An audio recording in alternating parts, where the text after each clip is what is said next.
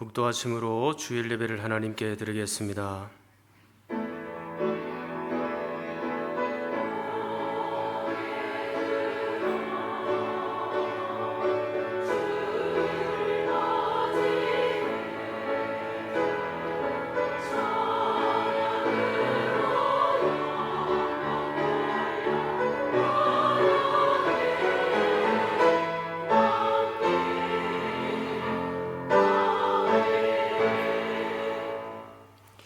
다 같이 일어나서 찬송가 10장 함께 찬송하겠습니다.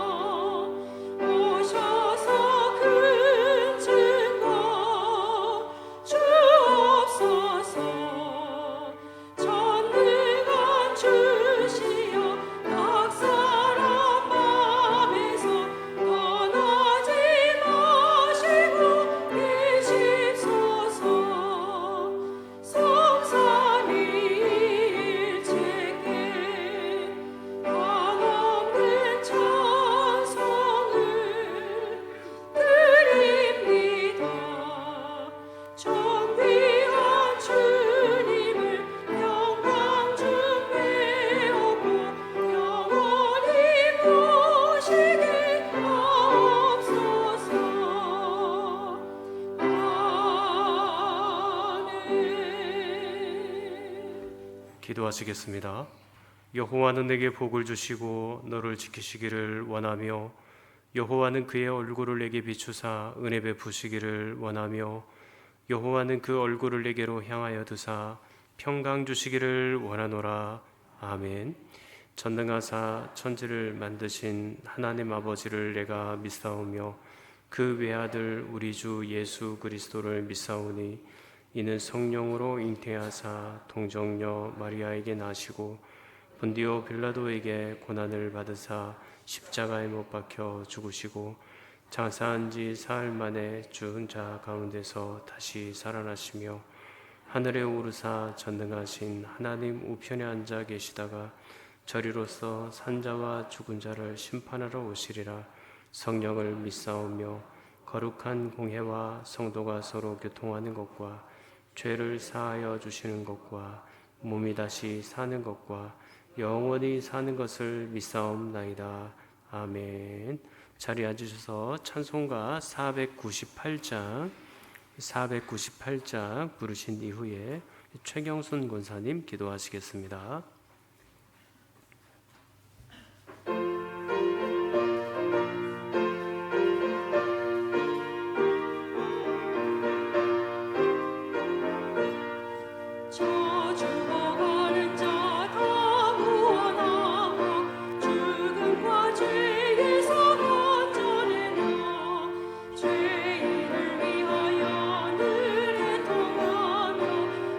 예수의 공로로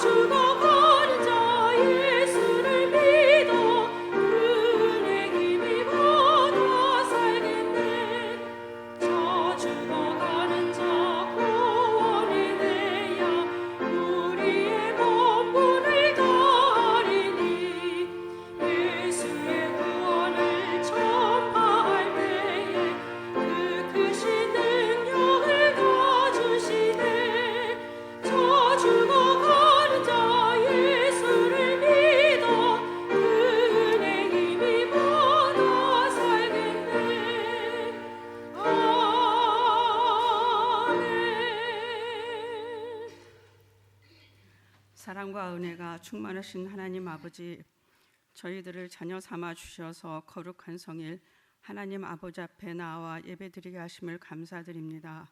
하나님 자녀로서 온전하지 못한 저희들이지만 긍휼히 여기시고 저희들이 드리는 예배를 기쁘게 받아 주시옵소서. 주님이 귀한 사역을 맡아 영혼을 인도하시는 담임 목사님, 교회를 섬기며 양들을 먹이는 데 부족함 없는 능력과 지혜로 채워주시고 가정의 평안과 사모님의 건강과 자녀들의 악기를 지켜보아여 주시옵소서. 미자립 교회와 선교제에서 수고하시는 목사님과 선교사님의 노고를 기억하여 주셔서 뿌린 복음의 씨앗이 열매 맺게 하시고 특별히 캄보디아에서 수고하시는 도성욱 선교사님과 박민희 선교사님의 사역을 성령께서 도우시고 그 가정과 자녀들의 악기를 인도하여 주시옵소서. 주일학교, 여름성경학교와 수련회를 준비하는 중에 있사오니 교육자와 교사들에게 성령과 지혜를 충만히 내려주셔서 어린 영혼들을 생명의 길로 인도하기에 부족함 없게 하옵시고 또한 부모님들도 자녀들의 영적 성장을 위하여 성경학교와 수련회에 참석할 수 있도록 독려하고 협조할 수 있도록 주관하여 주시옵소서. 영육이 연약하고 여러 가지 역경 가운데 있는 성도들을 돌아보사 환난 가운데서도 하나님만을 바라보고 하나님을 소망 삼고 일어설 수 있도록 주님께서 붙들어 주시옵소서. 나라를 위하여 기도드립니다. 국방과 안보, 외교와 정치, 경제, 문화 모든 분야에 주님께서 관여하여 주셔서 이 나라에 평화가 임하여지고 경제가 안정되어 청년들이 주 안에서 미래를 보장받을 수 있는 든든한 나라로 세워주시옵소서. 하나님 아버지의 이름과 그 영광을 찬양하는 이엘 찬양대의 찬양을 기쁘게 받아주시고 찬양대원으로서의 귀한 직분을 충성되이 감당하는 대원들이 되게 하여 주시옵소서. 이 시간 말씀을 듣습니다. 말씀을 집중하여 듣게 하시고 깨닫고 마음에 새겨 말씀으로 마지막 때를 준비하는 성도들이 되게 하옵소서. 예수님 이름으로 기도드립니다. 아멘.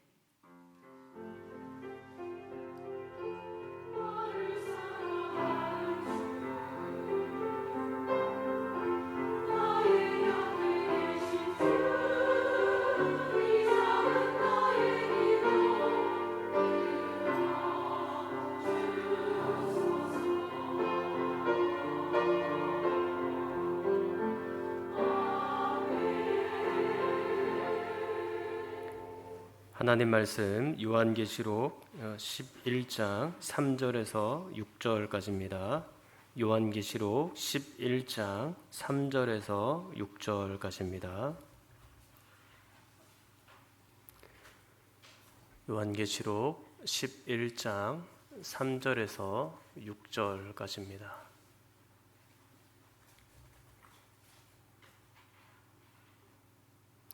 우리 한 절씩 교독합니다.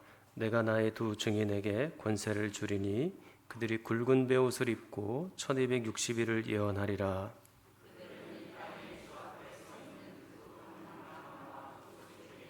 만일 누구든지 그들을 해하고자 하면 그들의 입에서 불이 나와서 그들의 원수를 삼켜버릴 것이요 누구든지 그들을 해하고자 하면 반드시 그와 같이 죽임을 당하리라.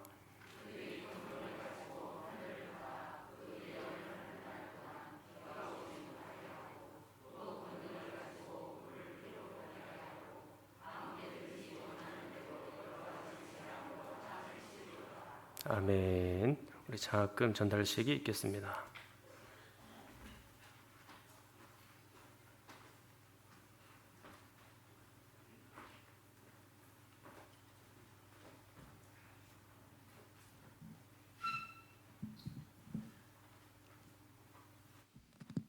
지금부터 2023년 하반기 장학금 전달식을 갖도록 하겠습니다.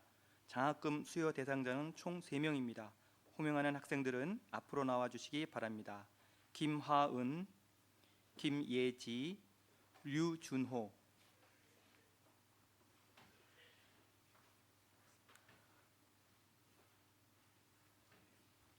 차려 목사님께 인사.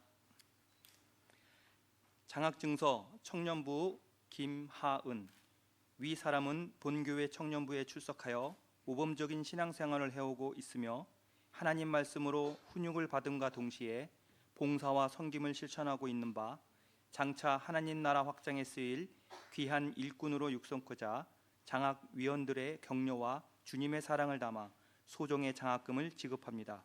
추후 2023년 7월 9일 대한예수교 장로회 만수중앙교회 담임 목사 소병수. 장학금은 100만 원입니다. 장학증서 청년부 김예지. 이하 내용은 같습니다. 장학증서 청년부 류준호. 이하 내용은 같습니다. 차려 목사님께 인사. 뒤로 돌아 인사. 네, 이상으로 장학금 전달식을 마치겠습니다.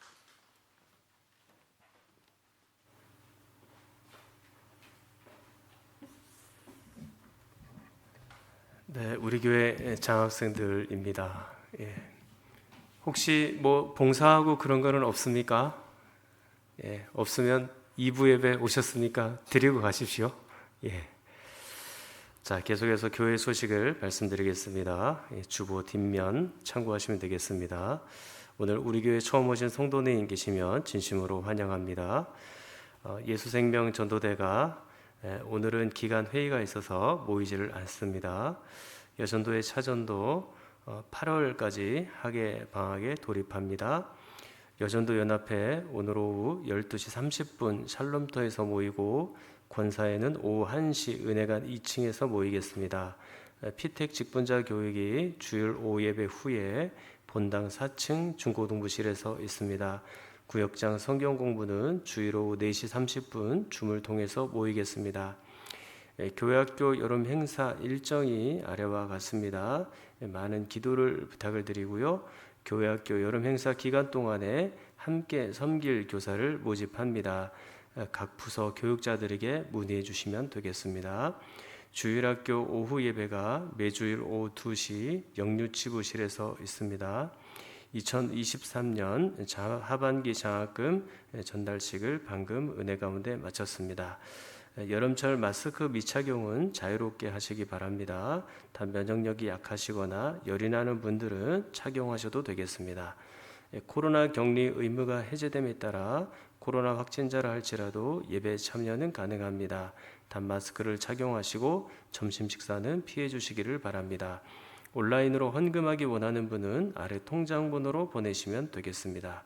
예배 중 헌금 시간은 따로 없으며 들어오실 때 헌금함에 직접 넣어주시기를 바랍니다. 강단 꽃꽂이는 최용욱 권사님 가정에서 한지호 정한나 집사님 가정에서 각각 섬겨주었습니다. 긴급 도구기도 신청은 이주희 권사님께 신청하면 함께 기도토록 하겠습니다. 이엘 찬양대 찬양이 있겠습니다.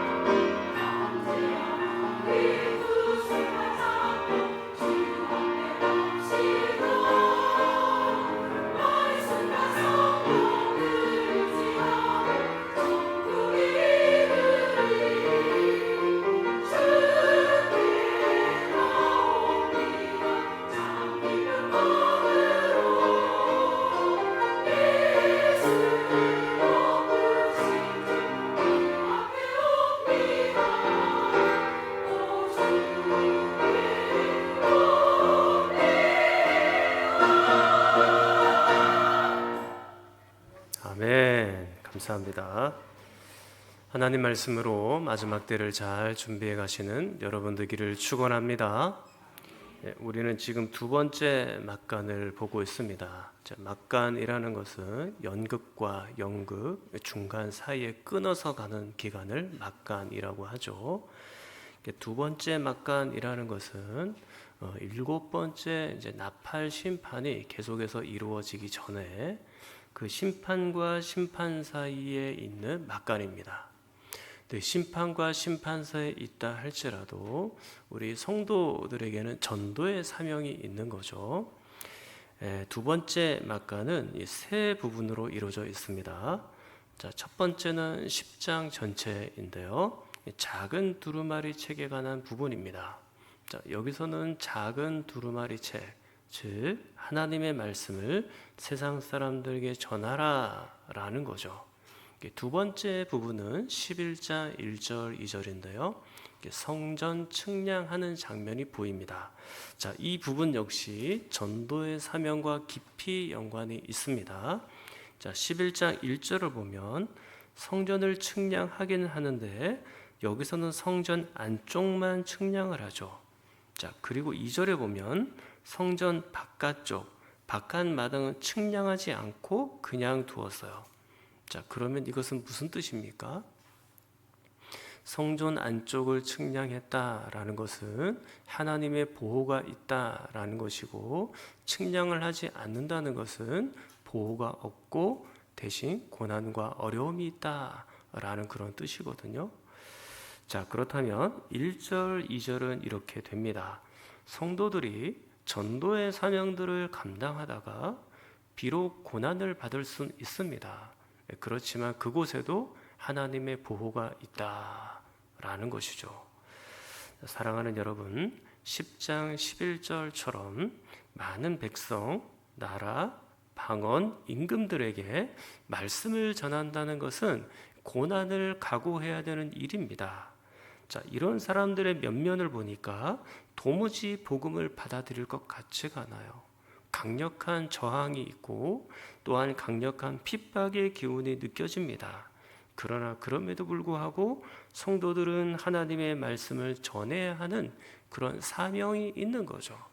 증거하고 전해서 다른 사람들의 영혼을 살려내야 되는 것입니다. 오늘부터는 두 번째 막간 중에서도 이제 세 번째 부분이거든요. 바로 11장 3절부터 14절까지 두 증인에 대한 부분입니다. 이 두 증인 부분을 한꺼번에 오늘 다 보기에는 시간이 매우 한정되어 있고요. 석 주에 걸쳐서 끊어서 보도록 하겠습니다. 오늘은 3절부터 6절까지만 보는 겁니다. 먼저 3절을 한번 읽어볼게요. 시작. 내가 나의 두 증인에게 권세를 주리니 그들이 굵은 베옷을 입고 1260일을 예언하리라. 아멘. 내가 나의 두 증인에게, 그러니까 두 증인에 관한 단락이 시작이 된 겁니다. 여기서 두 증인이란 누구일까요? 4절에 이렇게 나와 있습니다. 읽어볼게요. 그들은 이 땅의 주 앞에 서 있는 두 감람나무와 두 촛대니. 아멘. 두 증인이 누구라고 말하고 있죠? 두 감람나무와 두 촛대라고 돼 있어요. 그럼 두 증인, 두 감람나무, 두 촛대는 다 같은 인물이에요. 그런데 이렇게 보니까 더 궁금해졌습니다. 이들이 도대체 누구일까요? 예전에 1950년대 또 60년대, 70년대 활동을 했던 박태선이라는 분이 있거든요. 그분이 원래는 장로님이셨는데 예전에 한강이 모래사장으로 있을 때 그곳에서 앉아있는, 평생 앉아만 있었던 분들도 막 일으켜 세우는 그런 능력이 있었다라고 얘기까지 할 정도였어요. 근데 이분이 너무 능력이 생기니까 뭔가 교만해진 거예요. 그래가지고 자기들끼리 뭔가 시도를 하는데, 여러분들이 아마 많이 들어보셨을 겁니다. 전도관, 천부교회, 지금도 지나가다 보면 천부교회 이런 것들이 보이거든요. 한 번씩. 그리고 자기들만의 동네와 마을을 이루어서 살았죠. 부천에 있는 소사에도 있었고요. 그리고 남양주의 덕소에도 있었고 부산의 기장에도 있습니다. 지금은 부산의 기장에만 자기들끼리 공동체를 이루어서 그렇게 살죠. 그래서 그 이름을 뭐라고 하냐면 신앙촌이라고 부르는 겁니다. 그래서 그 신앙촌에서 여러 가지 생필품 같은 것들을 만들어내요. 옷도 만들고 간장도 만들고 반찬도 만들고 막 이렇게 해가지고 팔거든요. 근데 그 판매처가 어디냐면 신앙촌 상회입니다. 그래서 여러분 전국에 신앙촌 상회가 한 400개 가량 있다라고 그렇게 예상을 해요. 근데 신앙촌 상회가 지금 모래내 시당에도 있죠. 지금 아직도 있습니까? 네. 뭐 거기서 사셨어요 혹시? 자신 있게 대답하셔가지고 예, 그래요. 거기에 이제 신앙촌 상회가 아직도 존재해요. 그러니까 그게 박태선 씨가 교주로 있으면서 그분이 일구어 놓은 텃밭인 거죠. 자, 그런데 이 박태선 씨가 자신을 두 증인이다, 감람나무다 이렇게 주장을 했거든요. 그러니까 두 증인, 이 감람나무인 박태선 씨를 통해서만 구원이 있다, 그렇게 딱 이야기를 한 거죠. 그리고 근래에는 신천지에 있는 이만희 씨도 본인을 두 증인이라고 주장합니다. 1984년에 홍종효 씨, 이만희 씨 이 두 사람이 뭉쳐가지고 안양에다가 신천지 중앙교회를 세운 겁니다. 그게 이제 최초거든요, 본인들은. 그래가지고 한 사람은 사회를 보고 한 사람은 설교를 하고, 그랬고 홍종효 씨, 이만희 씨 두 사람을 뭐라고 하냐면 두 증인이라고 부른 겁니다. 그런데 지금은 홍종효 씨하고 이만희 씨하고 대팡 싸워가지고요 서로 지금 갈라져 있대요. 오래됐다 그러죠. 근데 더 재밌는 사실이 있어요. 근데 이 이만희 씨의 어떤 영적인 스승이라고 할 수 있는 또 다른 이단이죠. 유재열 씨, 유인구 씨. 그러니까 유재열과 또 유재열의 아들인 유인구. 이 사람들이 옛날에 뭐라 그러냐면 본인들이 두 증인이라고 그랬거든요. 두 증인이 너무 많아요 지금. 그러니까 이 두 증인, 유재열, 유인구의 그 두 증인 이야기를 이 이만희 씨가 듣고 그대로 차용해가지고 본인도 두 증인이라고 지금 주장을 하고 있는 거예요. 자, 그러면 두 증인이 아니고 네 증인이 되는 거죠. 자, 성경에 잘 보세요. 네 증인이라고 되어 있습니까? 아니죠. 두 증인이라고 되어 있죠. 지금 이 시간에도 자기가 두 증인이고 두 감람나무다 그렇게 주장하는 사람들이 많을 거예요. 자, 그러면 네 증인이 아니라 6증인, 8증인, 10증인 뭐 이렇게 막 늘어나는 거겠죠. 그러면 성경과는 이게 굉장히 멀어지는 겁니다. 성경적으로 안 맞는 얘기예요. 하기야 몇 년 전에 이 조사를 해보니까 우리나라의 자칭 하나님이라고 주장하는 사람이 몇 명인지 아십니까? 20명. 자, 본인이 자칭 재림예수라고 말하는 사람이 몇 명인 줄 아십니까? 50명. 우리나라에만. 자, 우리나라에만 자칭 재림예수가 50명이에요. 그러니까 자기들 입맛대로 막 끼워 맞춰가지고 두 증인이라고 주장하고 있는 거죠. 자, 오늘은 이 두 증인, 두 감람나무, 두 촛대가 무엇인지, 누구인지 성경적으로 좀 보도록 할게요. 결론부터 말씀드리면 두 증인이라는 것은 성도들이에요. 모든 성도들, 그리고 모든 교회들을 두 증인이라고 말하는 겁니다. 자, 어차피 교회라는 곳이 성도들의 모임이기 때문에 교회 성도들 다 사용이 가능해요. 근데 여기서 두 증인의 모델 되는 사람이 있거든요. 자, 이만희 씨나 박태선 씨나 이런 이단들이 아니고요. 엘리야와 모세입니다. 자, 6절을 보세요. 거기에서 인물을 잘 찾아보셔야 돼요. 두 사람이 나오거든요. 자, 읽어볼게요. 시작.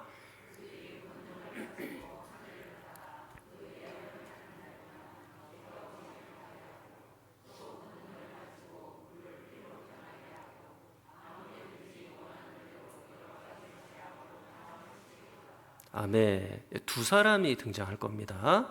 여기 보면 예언을 한 날 동안 비가 오지 못하게 하는 사람 누굴까요? 그렇죠. 이 사람은 구약 성경의 엘리야 선지자죠.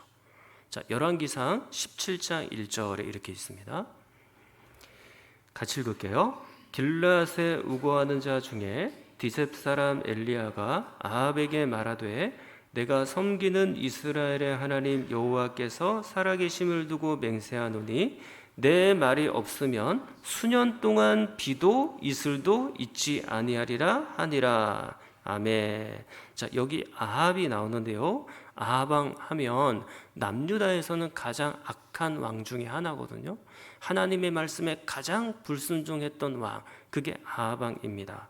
자, 그때 엘리야가 뭐라고 말씀하는 거예요? 내 말이 없으면 수년 동안 비도 안 오고 이슬조차 내리지 않을 겁니다. 하나님께서 아합왕을 징계하기 위해서 이러한 가뭄을 주신다는 것이죠. 엘리야 선지자가 그것을 그대로 그 하나님의 말씀을 증거하고 예언한 것이고요. 자, 다시 본문 6절 중간을 한번 보세요. 6절 중간입니다. 또 한 사람이 나와요. 또 권능을 가지고 물을 피로 변하게 하고 아무 때든지 원하는 대로 여러 가지 재앙으로 땅을 치리로다. 자, 이런 재앙을 행하는 분은 누굽니까? 모세죠. 모세. 출애굽기 7장 20절 읽어볼게요. 모세와 아론이 여호와께서 명령하신 대로 행하여 바로와 그의 신하의 목전에서 지팡이를 들어 나일강을 치니 그 물이 다 피로 변하고. 아멘. 자, 출애굽할 때 첫 번째 재앙이 바로 나일강이 피로 변하게 하는 그런 재앙입니다. 그 뒤로 9가지 여러 가지 재앙이 모세를 통하여 임하게 되는 거거든요. 자, 이렇게 두 증인은 본문 6절에 있는 이 엘리야와 모세가 그 모델이에요. 자, 그러면 구약 성경에 있는 이 엘리야와 모세가 신약 시대에 다시 살아나와서 활동할까요? 박태선이나 이만희 씨의 모습으로 환생해가지고 이 두 증인의 사명을 감당하겠느냐라는 거죠. 그렇지 않아요. 이 엘리야, 모세는 지금 천국에서 안식하고 있는 분입니다. 이 지상으로 다시 내려올 수가 없는 분이신 거죠. 자, 그러면 이분은 어떤 특정 인물을 이야기하는 것이 아닙니다. 자, 이 두 사람은, 두 증인은 이렇게 해석을 해야 됩니다. 엘리야와 모세와 같은 권능으로 전도하는 모든 교회, 모든 성도. 자, 다시 한번요. 엘리야와 모세와 같은 권능으로 이 두 증인을 모범 삼아 가지고 하나님의 말씀을, 예수님의 십자가와 부활을 전하는 모든 교회와 모든 성도들인 거죠. 그게 두 증인인 겁니다. 자, 이제 우리가 이 두 증인의 다른 표현을 좀 살펴볼게요. 자, 본문 4절에 있는 먼저 두 감람나무를 보겠습니다. 두 증인은 두 감람나무와 같죠? 이 두 감람나무는 구약 성경 스가랴 4장 3절에 이미 나와 있습니다. 자, 스가랴 4장 3절 읽어볼게요. 그 등잔대 곁에 두 감람나무가 있는데 하나는 그 기름 그릇 오른쪽에 있고 하나는 그 왼쪽에 있나이다 하고. 아멘. 자, 여기 두 감람나무가 나옵니다. 이 두 감람나무가 누굴까요? 바로 밑에 14절에 보면 이렇게 되어 있거든요. 14절 스가랴 4장입니다. 14절 이르되 이는 기름 부음 받은 자 둘이니 온 세상의 주 앞에 서 있는 자니라 하더라. 아멘. 자, 여기서 기름 부음 받은 자라고 되어 있는데, 자, 이것은 1차적으로는 스룹바벨과 여호수아를 의미하는 겁니다. 제가 시간이 없어가지고 길게 설명을 못 드려요. 그러나 인물만 딱 얘기합니다. 스룹바벨과 여호수아, 이 두 사람을 얘기하는 거거든요. 자, 그럼 스룹바벨은 어떤 직분을 갖고 있었냐면 총독의 직분을 갖고 있었던 사람이에요. 그러니까 총독이면 왕과 같은 지위에 있는 사람이죠.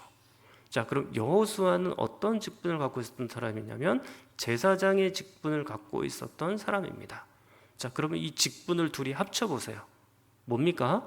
왕 같은 제사장. 그렇게 되죠. 신약으로 넘어와서 왕 같은 제사장은 누굽니까? 예수님 맞긴 맞죠. 뭐 틀린 건 아니에요. 예수님이 왕, 선지자, 제사장 다 직분 갖고 있죠. 맞아요. 맞긴 맞는데 베드로전서 2장 9절에 보면 이렇게 돼 있잖아요. 자, 거기 노란 글씨 한번 읽어볼까요? 시작. 자, 너희는 그랬잖아. 너희는 누구를 얘기하는 거예요? 성도들을 얘기하는 거예요. 그러니까 성도들을 향해서 왕 같은 제사장이라고 지금 이야기하고 있는 거죠. 자, 그러면 이 두 감람나무 두 증인은 누구예요? 성도예요. 성도들. 교회인 거예요.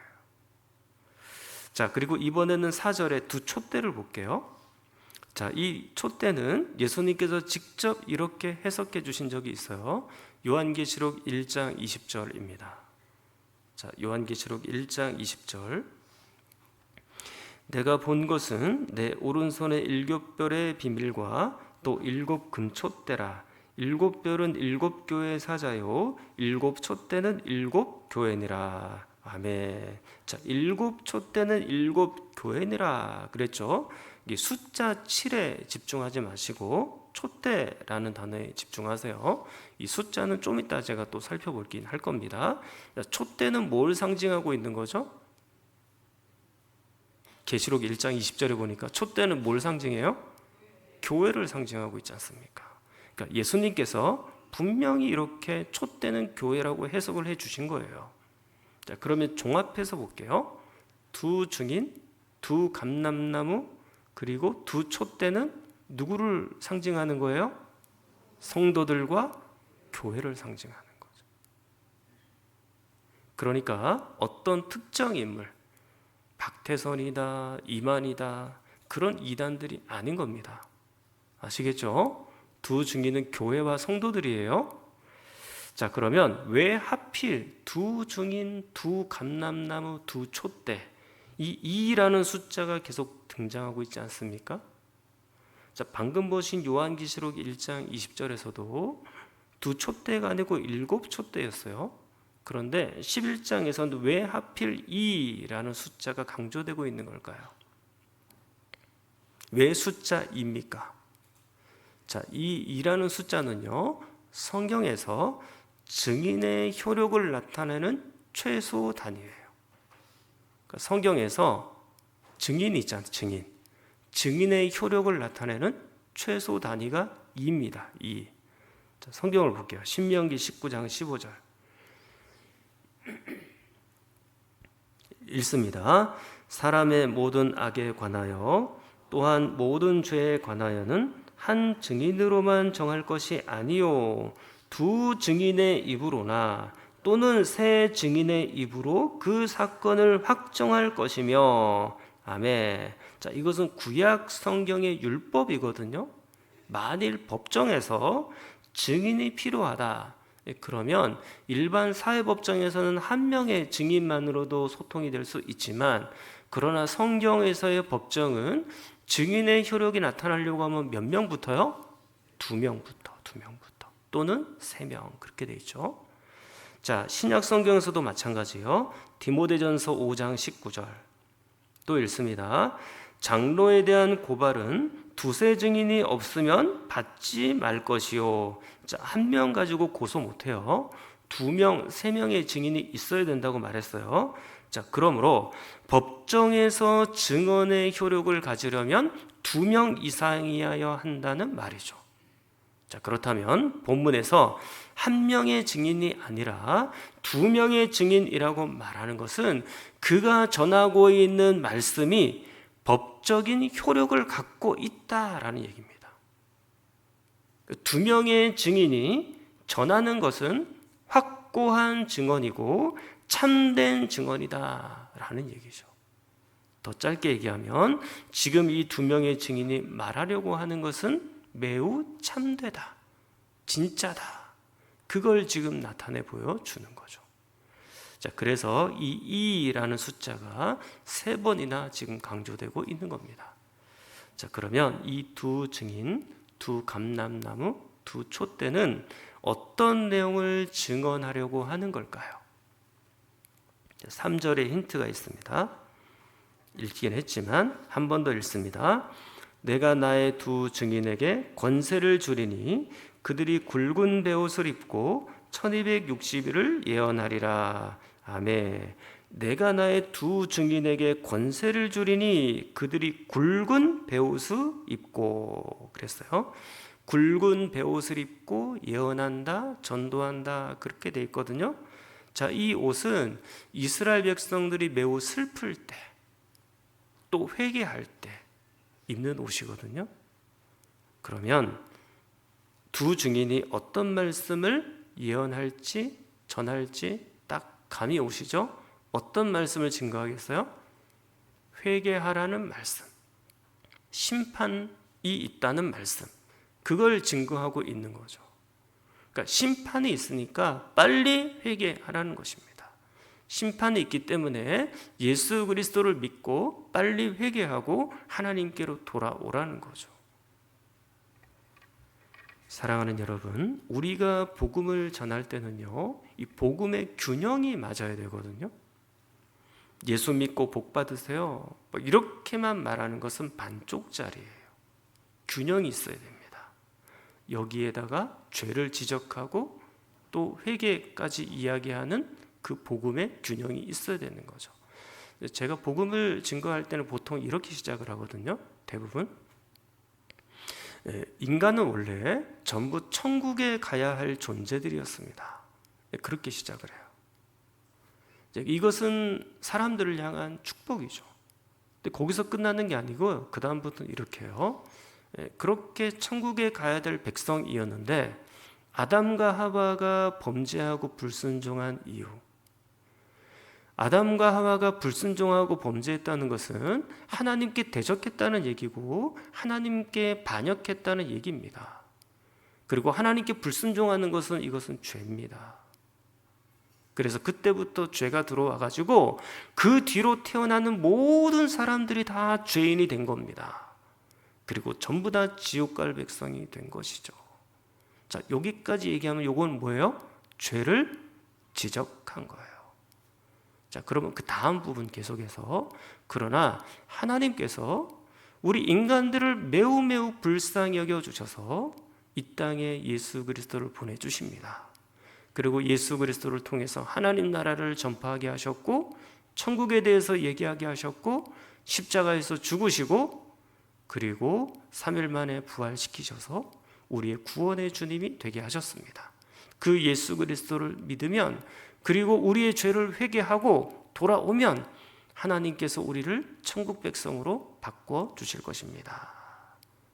그러면 맨 마지막 부분은 뭐가 되는 거예요? 회개 파트가 되는 겁니다. 자, 이렇게 우리가 축복과 죄의 지적과 회개에 대한 내용을 다 담아서 이야기한 거죠. 자, 그러니까 복음을 전할 때도 사랑, 축복, 천국, 여기에만 초점을 두면 안 되는 거죠. 물론 이런 얘기를 하면 사람들이 좋아할 수는 있어요. 그러나 좋아한다고 해서 그들이 반드시 예수 그리스도를 영접하는 것도 아닙니다.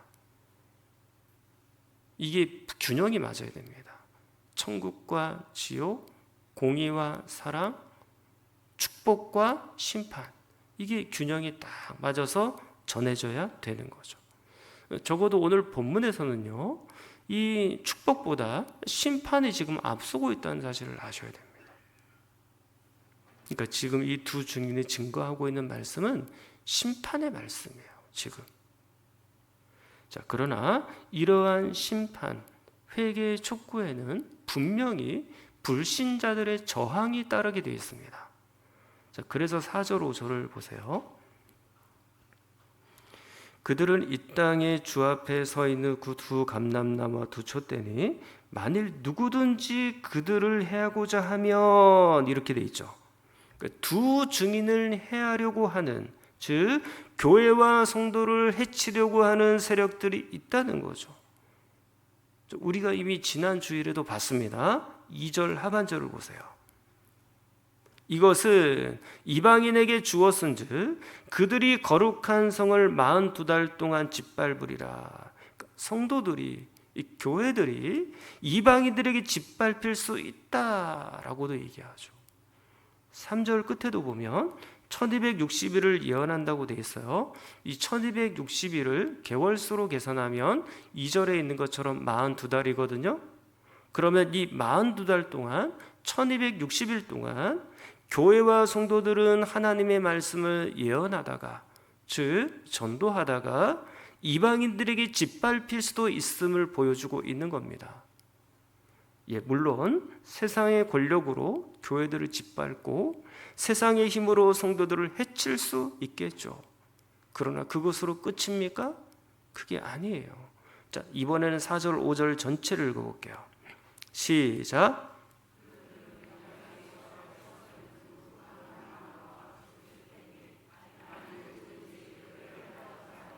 그들의 입에서 불이 나와서 그들의 원수를 삼켜버릴 것이요 누구든지 그들을 해하고자 하면 반드시 그와 같이 죽임을 당하리라. 아멘. 자, 4절 끝에 두 감람나와 두 촛대가 회개의 복음을 선포할 때 5절에 보면 이 회개의 복음을 선포하는 동안 두 증인을 해하고자 하는 사람들이 분명히 일어날 수 있어요. 그러나 만일 그렇게 해하고자 하면 어떻게 됩니까? 그들의 입에서 불이 나와서 원수를 삼켜버릴 것이고 반드시 죽임을 당하리라 라고 돼 있어요. 바로 이거죠. 우리가 해를 당하고 짓밟힐 수 있겠지만 그 입에서 나오는 말씀은 불입니다. 그 불과 같은 말씀이 사람들을 살릴 수도 있고 죽일 수도 있는 거죠. 성도는 비록 고난을 당하나 그 하나님의 말씀만큼은 능력의 말씀, 권능의 말씀인 줄 믿습니다. 계속해서 6절을 연결해서 볼게요. 그들이 권능을 가지고 하늘을 닫아 그 예언을 하는 날 동안 비가 오지 못하게 하고 또 권능을 가지고 물을 피로 변하게 하고 아무 때든지 원하는 대로 여러 가지 재앙으로 땅을 치리로다. 아멘. 자, 이 말씀은 제가 이미 다 읽고 설명을 드렸어요.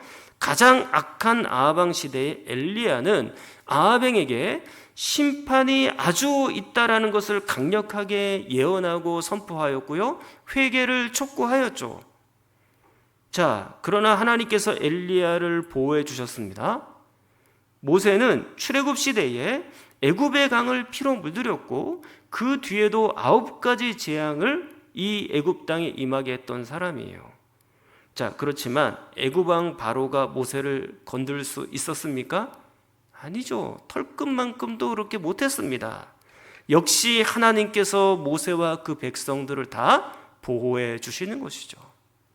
사랑하는 여러분, 지금 이 6절의 엘리야, 모세를 보십시오. 이들을 상대한 자가 누구라고 했습니까? 각각 아합 왕과 애굽의 바로 왕이에요. 그러면 당대 최고의 권력자들 아닙니까?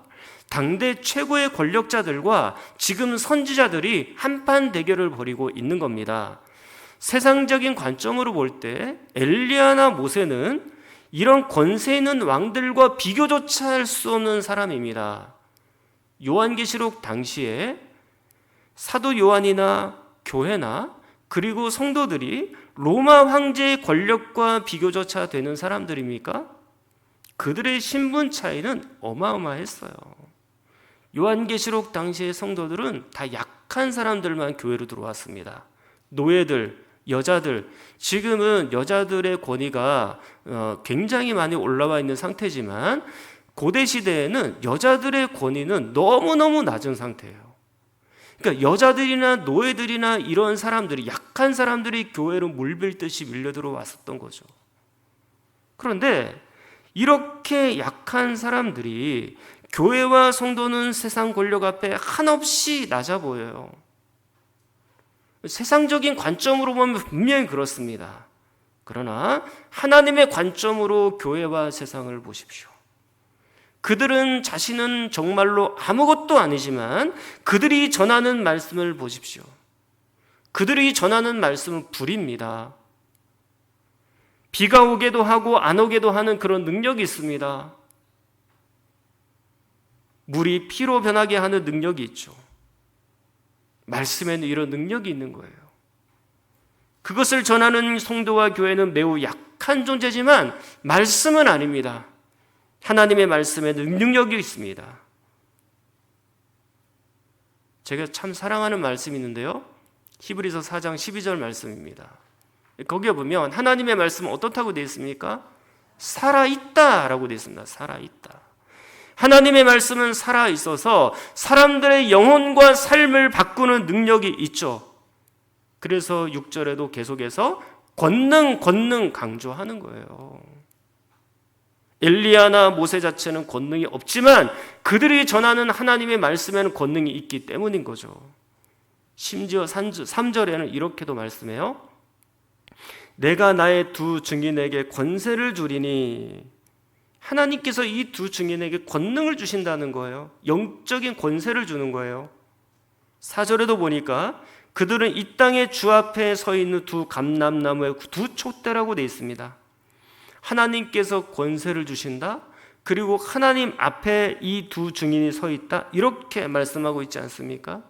그러니까 우리도 하나님 말씀을 전할 때 이 3절에 있는 하나님의 권세를 입혀주시는 것이고, 또 4절에 있는 우리가 하나님 앞에 서 있는 것이고, 그리고 6절에 있는 하나님의 권능을 우리에게 베풀어 주시는 것입니다.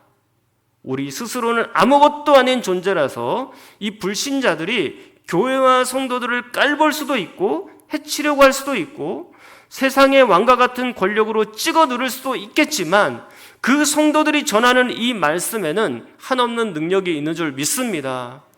그 말씀의 능력을 믿으셔야 돼요. 이렇게 하나님께서 능력을 주시고 보호해 주시니까 우리는 이제 열심히 전하기만 하면 되는 거예요. 그가 사회적으로 높은 사람이든지 그렇지 않든지, 명망이 있든 없든, 부하든 가난하든, 우리는 우리 주변에 있는 사람들에게 심판이 있음을, 또한 천국이 있음을 여러 사람들에게 계속해서 알려주어야 되는 거죠. 이제 말씀을 정리하겠습니다. 자, 오늘 본문은요, 이단들이 그렇게나 좋아하는 말씀이에요. 본인들이 서로 두 증인이라고, 나는 감람나무라고 주장하거든요. 그러나 오늘 본문의 두 증인, 두 감람나무, 두 촛대는 누굽니까? 바로 성도들, 교회들이었어요. 자, 그러면 이 두 증인이 증언하고 있는 내용은 뭘까요?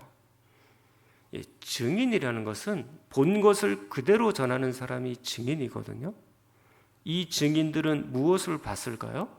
바로 심판의 메시지, 심판의 말씀을 본 거예요. 그러면 그 심판과 회개의 복음을 이 두 증인이 증거하고 있다는 거죠.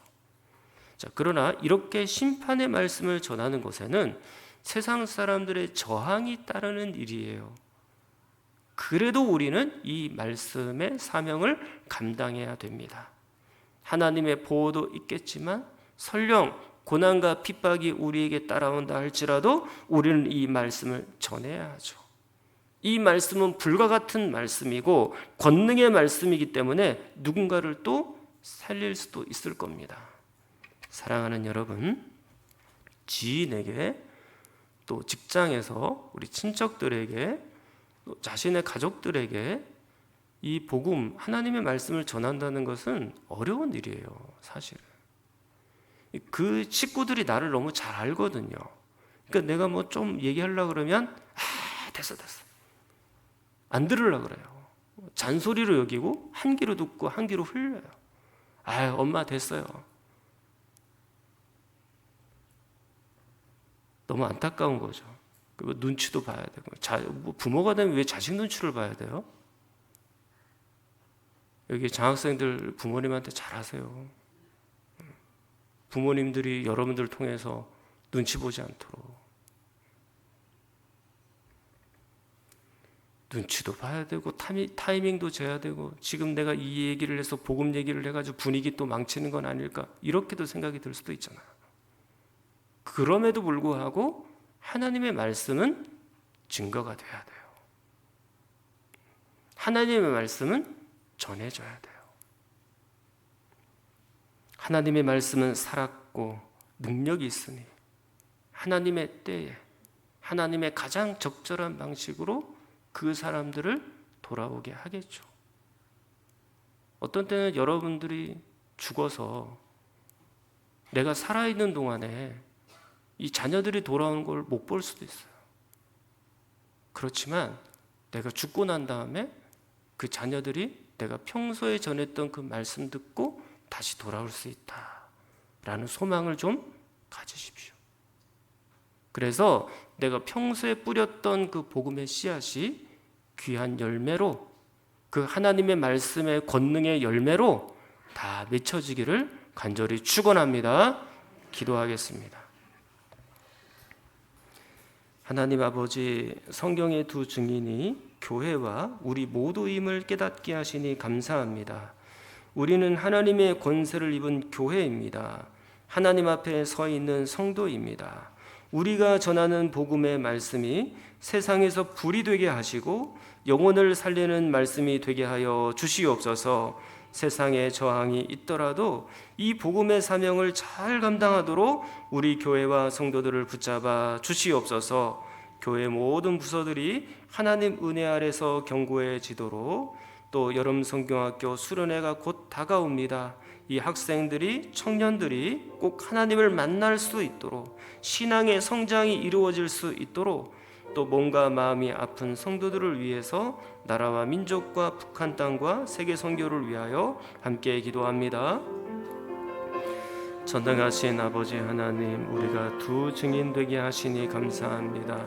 두 감람나무 두 촛대는 바로 우리라고 말씀해 주셨는데, 우리를 이렇게 전도의 사명으로 하나님의 말씀의 능력으로 붙들어 주셔서 이 말씀을 증거할 종으로 삼아주시니 진심으로 고맙고 감사합니다. 하나님, 우리에게 이 하나님의 권세를 입혀 주시옵소서. 우리가 지금 주님 앞에 서 있습니다. 엘리야와 모세에게 주었던 그 권능을 우리에게도 허락하여 주셔서 이 말씀이 불이 되게 하여 주시옵소서. 이 복음의 말씀이 능력이 되게 하여 주시옵소서.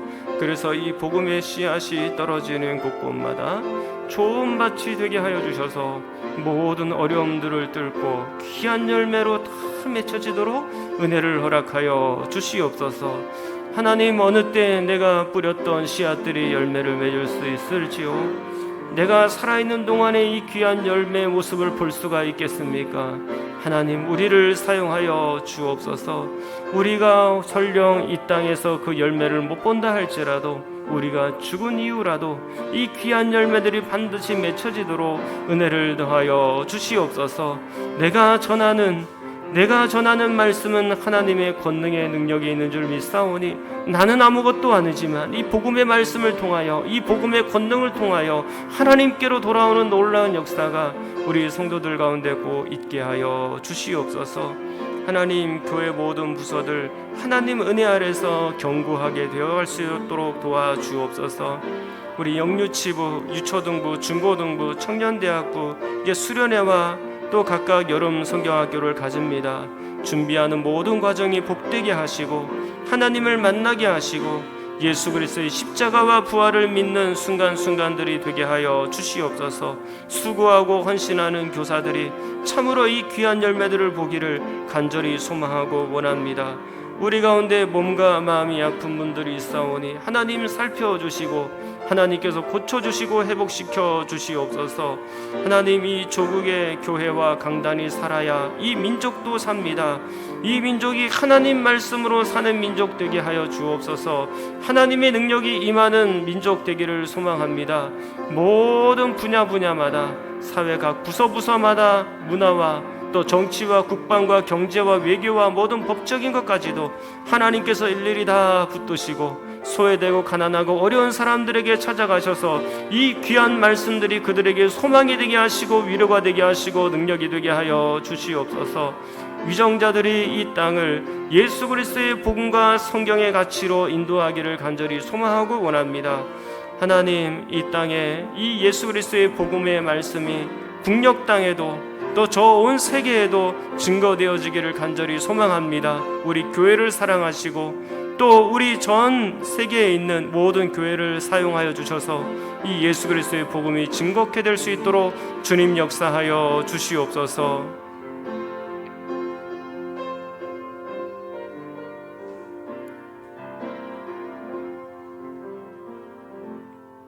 전능하신 아버지 하나님, 우리는 두 증인처럼 나 자신은 아무것도 아니지만 내 안에 거하여 있는 그 하나님의 복음의 능력, 그 말씀은 권세 있는 말씀이고 복음의 능력인 줄 믿사오니 이 말씀을 힘있게 증거하는 종들이 되게 하여 주시옵소서. 나의 모습과 상관없이 이 예수 그리스도의 십자가 복음은 누구에게든지 증거가 되어져서 그 영혼들을 살리는 말씀 되게 하여 주시옵소서. 나만 살고 끝나지 않게 하시고 우리 가족도 살게 하시고 우리 이웃도 살게 하시고 우리 주변에 있는 모든 사람들이 이 복음으로 살게 되는 역사가 있게 하여 주시옵소서. 하나님, 전도라는 미련한 방법을 통하여서 하나님께서는 이 많은 사람들을 구원하기를 원하시는데 우리가 이 전도의 사명을 감당해낼 수 있도록 주님 역사하여 주시옵소서. 하나님 앞에 헌금 드리며 바칩니다. 11조와 또 각종 감사헌금과 주저헌금을 하나님 앞에 드려오니 기쁘게 받아 주옵시고 온 가족이 영혼의 구원을 받되 특별히 하나님의 말씀으로 구원을 받게 되는 각 가정 되게 하여 주시옵소서. 물질로도 영혼의 복으로도 차고 넘치게 채워 주시옵소서. 예수 그리스도의 이름으로 기도하옵나이다. 아멘. 우리 다 같이 일어나서 찬송가 505장 부르시고 축도로 예배를 마치겠습니다.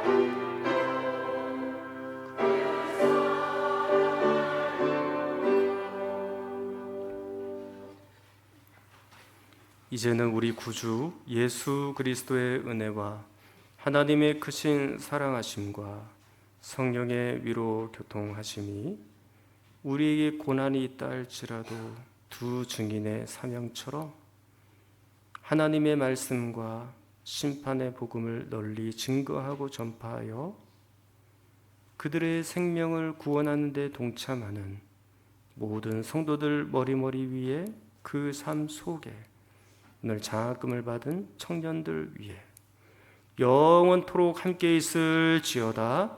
아멘.